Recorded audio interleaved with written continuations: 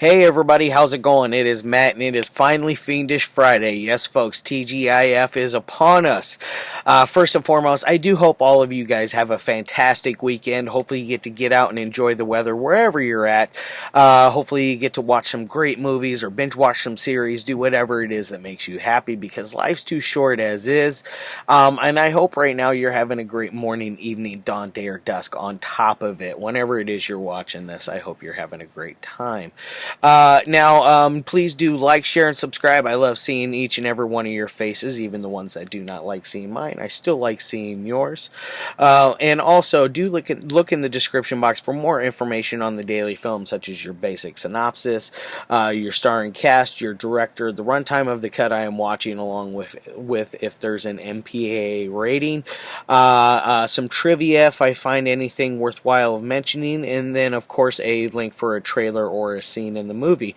So there's plenty of information that I put in there for you guys. So do check that out, and maybe it'll help you decide if you want to watch the movie or not, or decide if you want to purchase it, or do whatever it is you do to however you watch movies. I don't know how do most of you stream nowadays. I imagine that is probably the standard yes. There are a lot of us physical collectors still in the world, and I am definitely a proud video collector, movie collector, film collector, all of the above. Anyways, let's move on to the movie of the day. This one came out like 45 years ago, so this one came out back in 1975. This is none other than David Cronenberg's Shivers. Yes, folks, this is a good one. Today was the very first time I ever saw it. I watched it a little earlier today. I was impressed with this. For being so old, I wasn't sure if I was going to have as much love for it as if I would have if it came out in the 80s or the 90s. Granted, it's only 1975, but a lot of films in the 70s had a different feel, a different vibe, especially like bigger budget, mainstreamy ones, kind of like this. Not that this one was on everybody's radar as far as Hollywood goes, or as far as Montreal goes, because this was filmed in good old Montreal, Canada, or Quebec, or something like that. It was definitely filmed in Canada, just to let you know. Yeah.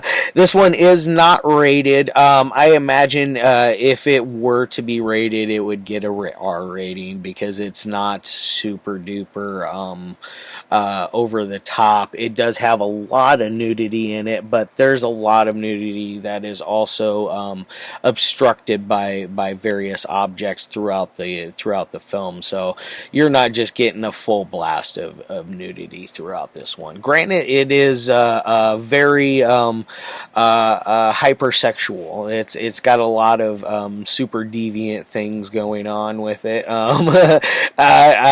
Definitely a lot of sexual tension things going on in this one. Now, first, before I get off onto what is the movie about, let's talk about this release real quick. This one came out from the Vestron video series. This is number 18 in the line. I believe this is this in Little Monsters, I believe, is number 17. So 17 and 18, these both came out within like a month or two ago, something like that. So they are very easily obtainable, and they are extremely affordable as well. This one, I happened to I got this one for free from a very good friend of mine who wanted me to review this. So I definitely couldn't refuse, and I wanted to see this very, very, very much. And just to let you know, the price tag on this is only around $10, and then you got shipping and handling on top of that. You're spending like $15 in total for this, if that. You get both of them for like $20, both this and Little Monsters, which I highly suggest that one as well, which I reviewed like long time ago. I don't even remember how long ago it's been. One of my favorite horror related children's movies, that one is. Now, as far as anything else going on with this, you got the standard issue slipcover. As far as everything goes inside, it is a recyclable case, so it has those. It's not a very sturdy, strong case. There is zero. Let's count it, 0 reversible artwork on there. Not that I really worry, because I actually do like the artwork on this one. Sometimes I tend to cringe over newer types of artwork. This one does also come with, it is a standard issue pressed Blu-ray, so keep that in mind. And it does also come with a digital copy of that, so you can save that onto your digital server, so you can watch that anywhere you would like, that is nice. You know, it saves you from having to travel with your Blu-ray player and all your cords and all that jazz. You know, saves a lot of wear and tear on the machine. Now, as far as special features go, there is a very nice interview on here with David Cronenberg himself. It's a newer one, and he discusses Shivers and its impact it had on society when it came out, and how some people accused him of ripping off Alien, because it's about a parasite that goes into people through people's mouths, and it bursts out of their chest in ways, and it doesn't burst, but it does come out, and its blood is like acid. So a lot of people accused them of that, even though Shivers came out 2 years before Alien. So keep that in mind. So if anyone is thinking of this one being a ripoff, I would say no. If anything, there's other movies that are very similar to this. I would hold the Slither is very similar in ways. I mean, it's different because they turn into full-on flesh eaters in Slither, but they do have these like slug creatures that enter through your mouth hole, and they take you over essentially and turn you into zombies. Very, very interesting ordeal with that one. I really like Slither as well, so definitely check that out. Another movie that had some really cool slug creatures like this was obviously Night of the Creeps. They had some similar kind of thing going on with the slugs going in through the mouth, and it turns them into a zombie-like creature. And then they spread it like to everyone that it comes across. One of those kind of things that spreads like the COVID. Even though I never talk about the COVID, so that's a rare one for me. Anyways, and then there's also a interview on here with Joe Blasco, who is the guy that did the special effects and created the creature and the creatures and everything of that nature. So you got a nice little hefty little thing of interviews. There's also an interview with Lynn Lowry, who I absolutely love and adore. There is an interview with Greg Dunning, who is the one of the stars. We also have an archived David Cronenberg interview on here, and then there is a stills gallery, and I believe there was also theatrical trailers, TV spot, and radio spots as well. So they really, really packed this thing to the gills as far as special features go. It is definitely one of the nothing against the Vestron video line, but I have a lot of them, and some of them kind of lack on the special features side of things, especially considering the prices of those older titles, because a lot of those, when those came out, they were over $20 a title, so that can really hinder your purchases if you're buying on a budget. So definitely keep that in mind if you're looking to get into the other 16 Vestron films, the other 17, because this is number 18, excuse me, but anyways, now this one stars, who's in this? We got Paul Hampton, we got Joe Silver, not Joel Silver, Lynn Lowry, who I absolutely love. Like I said, she is from The Crazies, and oh shoot, there was one other movie that she's in that shoot, I Drink Your Blood. I Drink Your Blood, the notorious movie about people going rabid, catching hydrophobia. And I think that's what they call that, hydrophobia. Very, very fun, silly 70s hippie horror that I really like. I do suggest that one as well. So do track that copy down. And I reviewed that one as well a long time ago.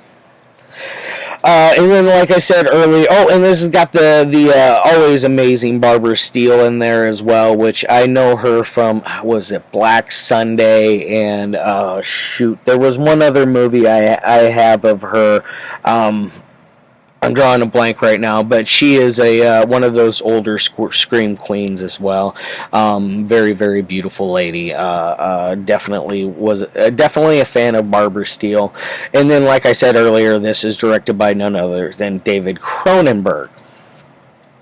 All right, now that I got all of that, and then like I said earlier, Joe Blasco of special effects fame is the guy that created the effects and creature of these little creatures. So parasites is what they are referred to. So it's basically about these people that are moving into this very luxurious apartment complexes out on this like little bay, and they're known for having this great scenery, all these amazing amenities that are a part of the building complex, such as you got a doctor's office, you got shopping centers, you got a pool, you got all kinds of stuff that is right there in the complexes itself. So it is a very self-sufficient, nice, what do I want to say? Convenient type place. It has a lot of convenience to it. So it is a luxury type of place if you keep that in mind. But these doctors essentially they have created this parasite that is going to in hopes of creating a alternative way of surgery of healing people so they don't have to put people under the knife and do surgeries to remove all kinds of tumors and things of that nature, because these parasites are supposed to attack those things and heal the patient. So that is what their intended goal is with this one. But instead, it turns these people into sex-crazed zombies. Essentially, they run around naked. They attack people in hordes like zombies do. But instead of sitting there and eating their flesh, they molest them and have sex with them and rape them over and over again and do things like that until they essentially become one of them. So it kind of has a Invasion of the Body Snatchers vibe as well going on here. So there is that as well on top of it. So it is a very, very entertaining movie. A little slow in places. I will have to admit that it is a little slow to get going, and then it's a slow burn all in all. Like most of Cronenberg stuff, they're very character-driven, slow burn type films that are meant to have an impact on you, but a bigger impact on you because you're investing more into the characters of the films that he is created this ambiance for them. Alright, so essentially that is what the movie is about. It is about these sex-craved creatures that have taken over this apartment complex completely. There is a couple of doctors that are out there trying to stop the ordeal, but it has a very wild ending, which you kind of can see it coming, but I figured it would end just a pinch differently. not on such a sour note as what this one ended on. I think that's one of the other reasons why I like this. It had a downbeat ending that really had more impact than most of the film in general. I'm not going to lie, the last half an hour of the movie is very, very good. Everything to the build up of that is very well done. It's just, like I said earlier, it's very slow.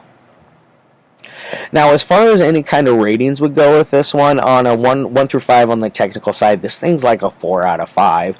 Cronenberg is definitely an accomplished auteur and knows how to deliver stories in a coherent fashion. He knows how to get his actors to bring out the best work of their careers. Some of them their best work of their careers, because Lynn Lowry, this is probably her best role, because in I Drink Your Blood she is a mute, so she has to do all of her acting conveyed through gestures, hand gestures, and facial reactions to other things. So that is her acting skill on that one. But in The Crazies, she has a lot more lines, and she is somebody who eventually gets infected, much like this one. She gets infected in both films, and in The Crazies, she is one of the people that is trying to keep away from all of the bad stuff that exists out there. Okay, so a 4 out of 5 on a technical side. I'm pretty comfortable with keeping it at that. Now, as far as an entertainment side goes, this thing's probably a 4 out of 5. It's probably a 7 or an 8 out of 10 kind of movie. Not one you want to watch with a giant group of people, because I think you would a lot of stuff would get lost in translation, because the great thing about watching movies with a group of people is you have the extra commentary to everything, and it can make it a much more enjoyable experience for everyone, not just yourself. I mean, for everyone in all, you know. So I would not bring in a whole bunch of people. If you watch this with anybody, watch it with like-minded movie viewers. I was watching it earlier, and my mother-in-law came wandering in because she felt like she wanted to come over and hang out. But anyways, she comes wandering over, and she is watching the movie with me, and she just, it wasn't a movie I wanted to watch with her, not only because of the psychosexual stuff, but the story is a little, you can't miss bits and pieces of the story. You need to watch it from beginning to end without any kind of interruptions, if that makes sense. Alright guys, that is all I want to say on the movie Shivers. I'm going to go ahead and put that down. Like I said earlier, I hope you guys have a fantastic weekend, and I'll see you all on Monday. I'm not 100% what I got lined up for next week. I do know I'm hoping for something to get in the mail from James Bell, so hopefully I can review one of those next week. That would be really awesome and epic. Alright y'all, love your faces.